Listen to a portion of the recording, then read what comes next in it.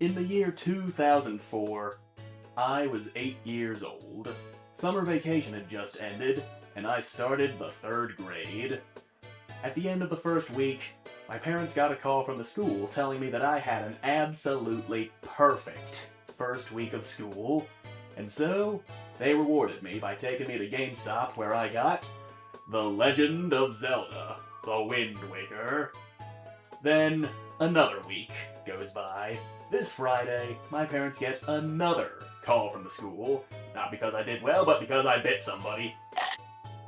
Wind Waker!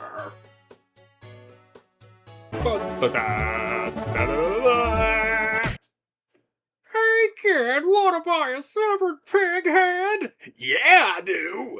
Thank you! We all know the Zelda games. A kid in green clothes sets out to save the world from an evil pig monster in a wonderful world where children have access to explosive devices that grow out of the ground. But this time it's different, because now it's in a cel-shaded cartoon art style that a lot of people hated back when it first came out, and now, decades later, people hate the new games because they don't look like this, proving it's simply impossible to please people. The cartooniness of it did open up a lot of possibilities to make the characters more expressive. I mean, just look at how Link is like, ugh, when you go to drink a potion, and then he's like, yeah, when you go to use the soup. Also, this one takes place on a vast ocean littered with islands to explore, secrets to find, and dangerous monsters around every corner. Link, whose name is now Flurk, lives on Outset Island with his grandma and sister. He's given new clothes on his birthday, the kind of gift every child dreams of. Then pirates and a giant bird happens. The bird swoops down and snatches his sister, and so the pirates take you to get her back from the Forsaken Fortress far to the north. They catapult you inside, where you lose the sword you've had for only 5 minutes, and you have to sneak through, hiding in barrels and such. And I always hated this stealth segment when I was younger, but it isn't really that bad if you know where you need to go and to take out this one particular searchlight. And I do have to say, it's nice that these literal demons only throw you in a cell instead of flat out murdering an unarmed child.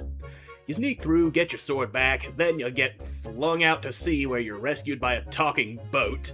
Now, you need a sail, and you can buy one from an Eskimo living on a tropical island with constant 90-degree heat, which is something that I never questioned as a kid, and I'm not going to start questioning that now. Then we can sail to Dragon Roost Island, help the people out,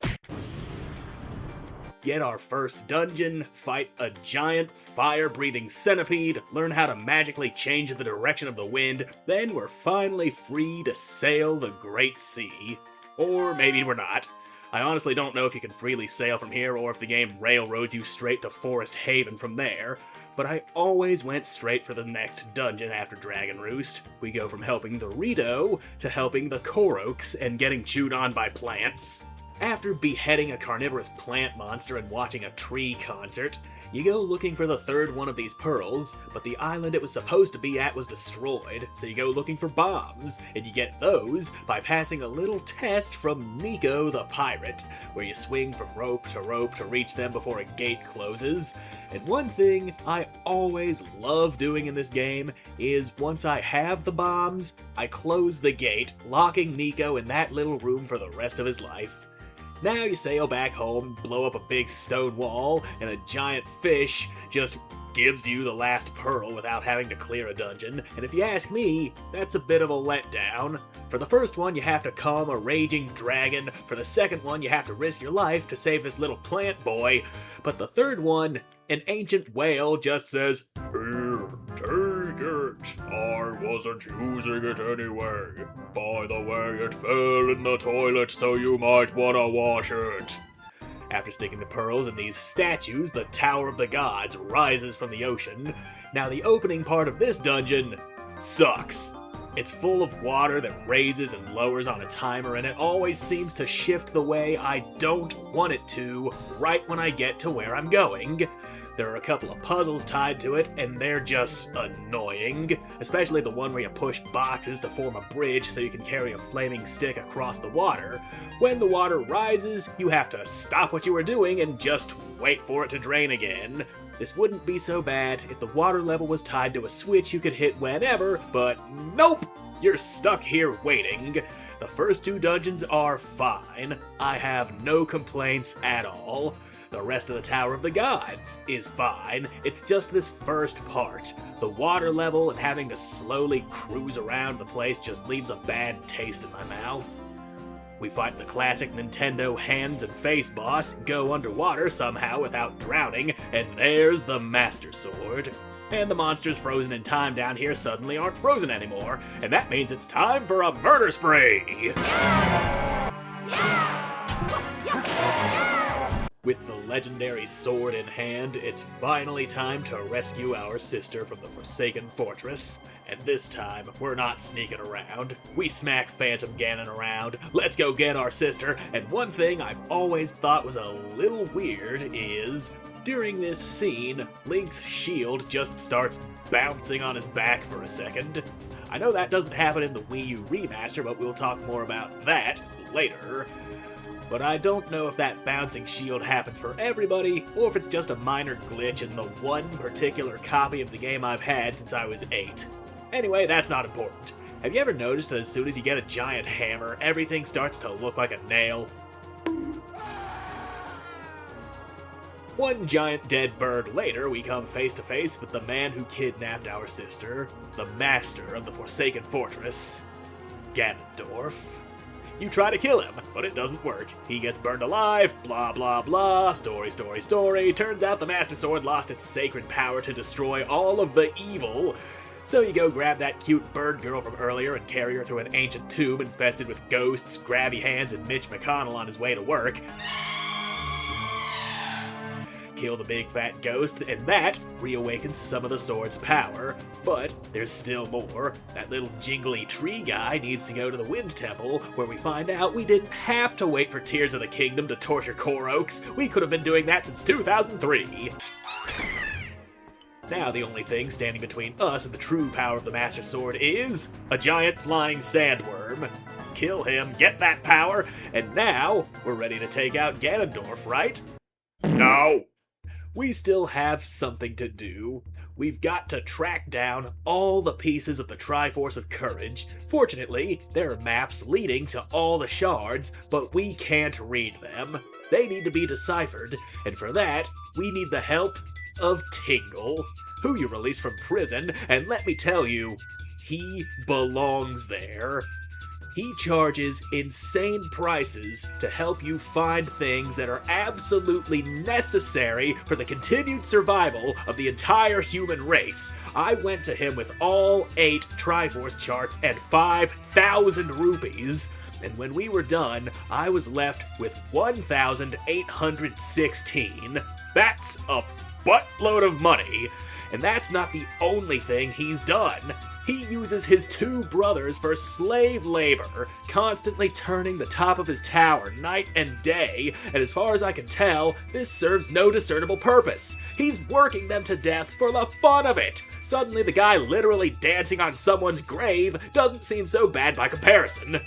So we got the maps. All we have to do now is sail to every corner of the sea, gathering all the pieces of the Triforce, which is made easier because we can fly across the ocean in a tornado since we shot a magic wind frog.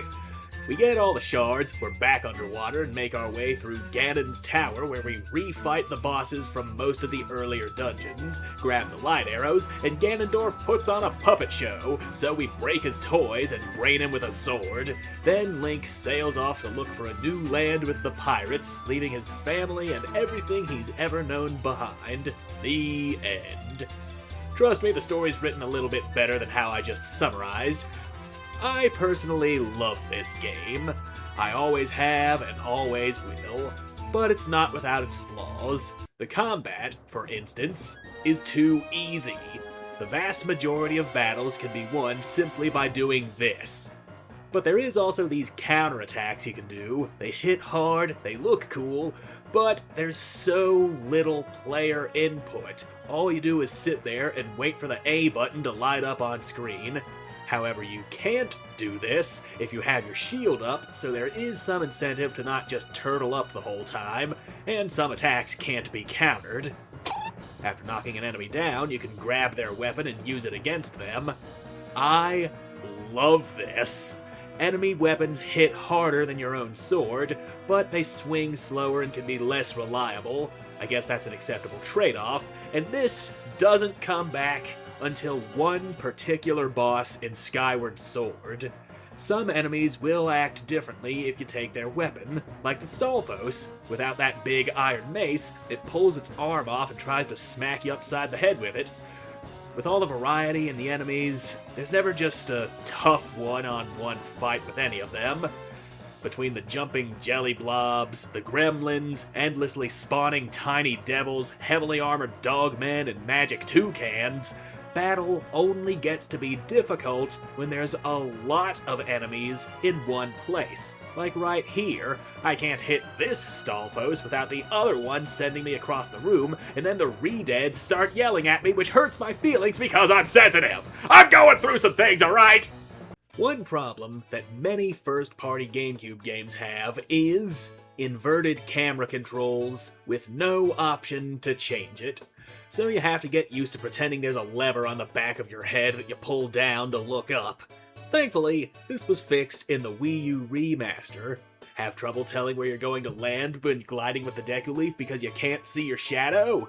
That's why it was absolutely necessary to add a big glowing marker in the Wii U remaster. Is the cannon hard to aim? They fixed that in the Wii U remaster. Can't move and manually aim the bow at the same time? Wii U remaster. Does changing the direction of the wind take too long? Wii U remaster. Is the Triforce hunt too tedious? Wii U remaster. My leg's broken.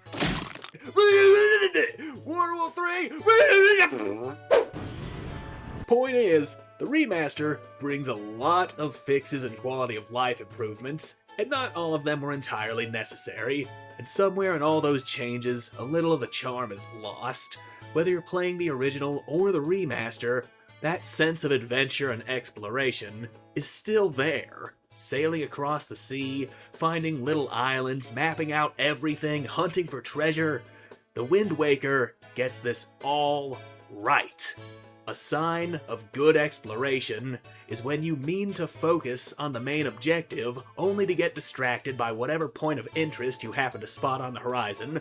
Whether it be an island, a submarine, or a giant squid in a whirlpool, the world just has a way of grabbing your attention and holding it. So if you want exploration and seafaring adventure, Wind Waker is for you. If you want challenging combat that requires precise timing and reactions, maybe look somewhere else. Whether you're playing the classic or the remaster, Wind Waker is a fantastic game that you should most definitely play.